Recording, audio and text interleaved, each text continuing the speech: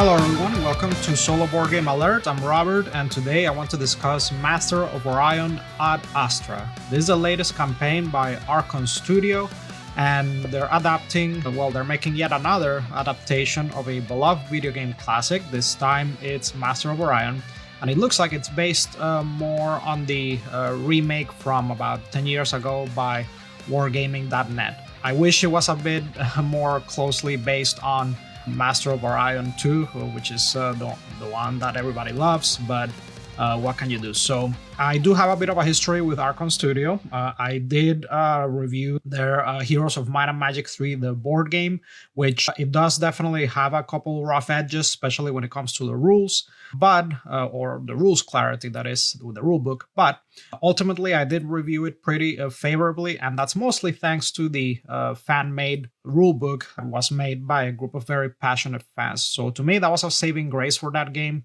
Now, hopefully, with this campaign, they've learned from that, and when they deliver this product, the rulebook is gonna be a lot more polished. Now, I do want to discuss this project because I do have an interest in backing it. I'm not 100% sure yet if I will, but I want to go over, what the game comes with, the rewards and all of that, and what the solo mode is all about. So now this game does not have a demo yet with the solo mode, but there is some information available about the solo mode. So if you go to the Board Game Geek forums, one of the staff from Archon, they provided some details about the solo mode, right?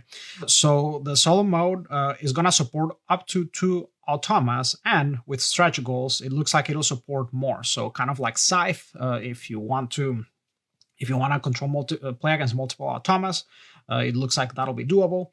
And, they did minimize the automa actions so that, to reduce upkeep, as a lot of these games do. So at least we do have some information there. It looks like it'll use a deck of cards to determine actions and flowcharts. Now, the AI in Heroes of Might and Magic 3 worked well enough. There were a couple areas where it was a bit fuzzy, and the cool thing about Heroes of Might and Magic is that it was scenario based. So there were specifically handcrafted solo scenarios that allow you to, enjoy the system, and it gave you some parameters. So there's no information as to where, if there will be any kind of scenario system here for solo. So maybe that'll change.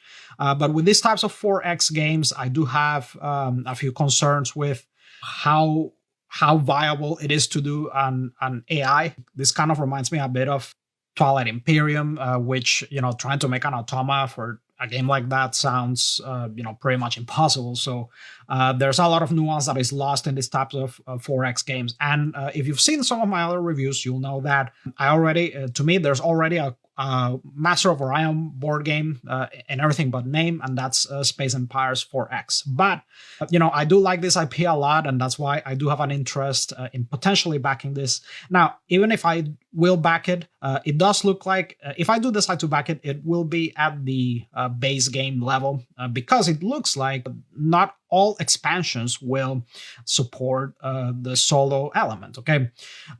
And now, just how I explain to people when they ask me about backing Heroes of Might and Magic, I think that game does a great job of just with the base game and the stretch goals. You have a lot to work with.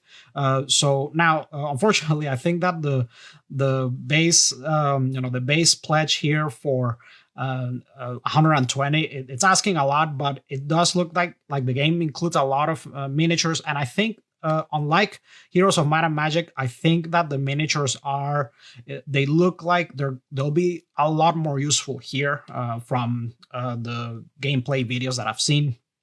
So they won't be as much of a waste of space and plastic as in my opinion, Heroes of Might and Magic 3 was. Now, another cool thing about the core game, if I do decide to get it, is that, it has the humans and the silicoids, which were my 2 favorite races from the Master of Orion 2 video game. Yeah, there we go. So they gave them the gray plastic treatment for their faction color and blue for humans. So as far as faction goes, thankfully, if I want to get the expansions, I'm not I'm not married to any other factions. I'm not. I don't care that much about any other factions. So humans and silicoids. So if I get the base game in that case, I'll be happy with that. Now the game does have a rulebook that has been released already, and just so you know, I don't typically read rulebooks before I buy games. I already find reading rulebooks a bit of a chore, so I just glanced over it. It does seem a bit long in the almost 60-page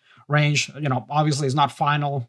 I doubt it'll be smaller than that though, but there's a lot of elements going on with the game. There's also some blog posts that you can read from Archon. There's one of them where they detail how the automa works a bit, and I was looking at how managing your population works, right? So they use these D4s for the workers, scientists, and farmers. I thought that was pretty neat. There will be miniatures for orbital buildings and planetary buildings. That is one concern I have with this. It might be a lot to manage. Like the board states can get very complex, which adds to the concern of how the AI will manage such complex board states. But if they manage to pull off an AI with this, I will be really happy because I just like this IP. Now, if I do decide to get an expansion, it probably would be the Antaran's Revenge. Everybody loves the Antarans as a faction in Master of Orion, and apparently this does support solo. I'll read about it more if I do end up backing this. I'll read about it more and maybe save it for a pledge manager later down the road. The game does also have a tabletop simulator mod that you can try as well.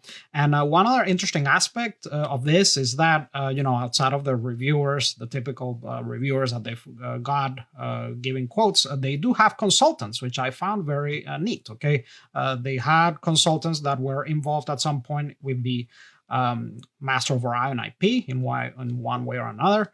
And they gave some testimonials, so that does bode well. Okay, that does bode a bit better for the quality of the game, I hope. Okay, so we'll see how that pans out when the game is released. It also doesn't look like the stretch goals are that interesting, and this is in line with the Heroes of Might and Magic campaign, where it was just basically more minis of everything on more cards of everything. So nothing too exciting, and yeah, just a few component upgrades and more of everything. And rulebook woes aside, at least in the case of Heroes of Might and Magic 3, there was definitely a lot of love put into it, and that's why ultimately it ended up ranking pretty high for me in my top 50 list last year. I did enjoy a lot the gameplay loop with the fan-made rulebook, and the artwork and presentation of the game are gorgeous, okay, despite the pretty much useless miniatures. But it looks like finally they found an outlet here to put all of those miniatures, and they'll actually be a lot more useful in this game.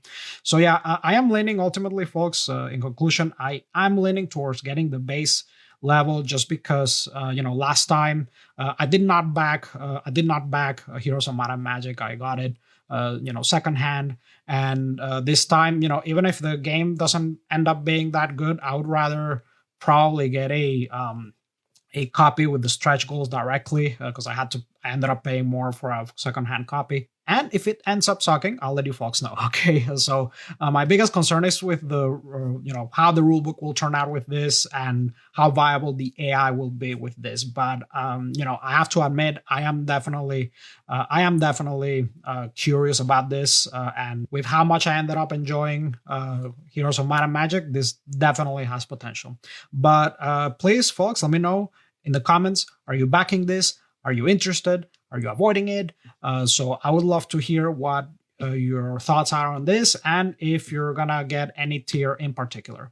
And that's it, folks. That's my solo board game alert for today. I want to thank you so much for watching. If you have any comments, questions, feedback, go ahead and put them in the comment section. And if you enjoyed this content, make sure to like and subscribe, and I'll see you in the next one.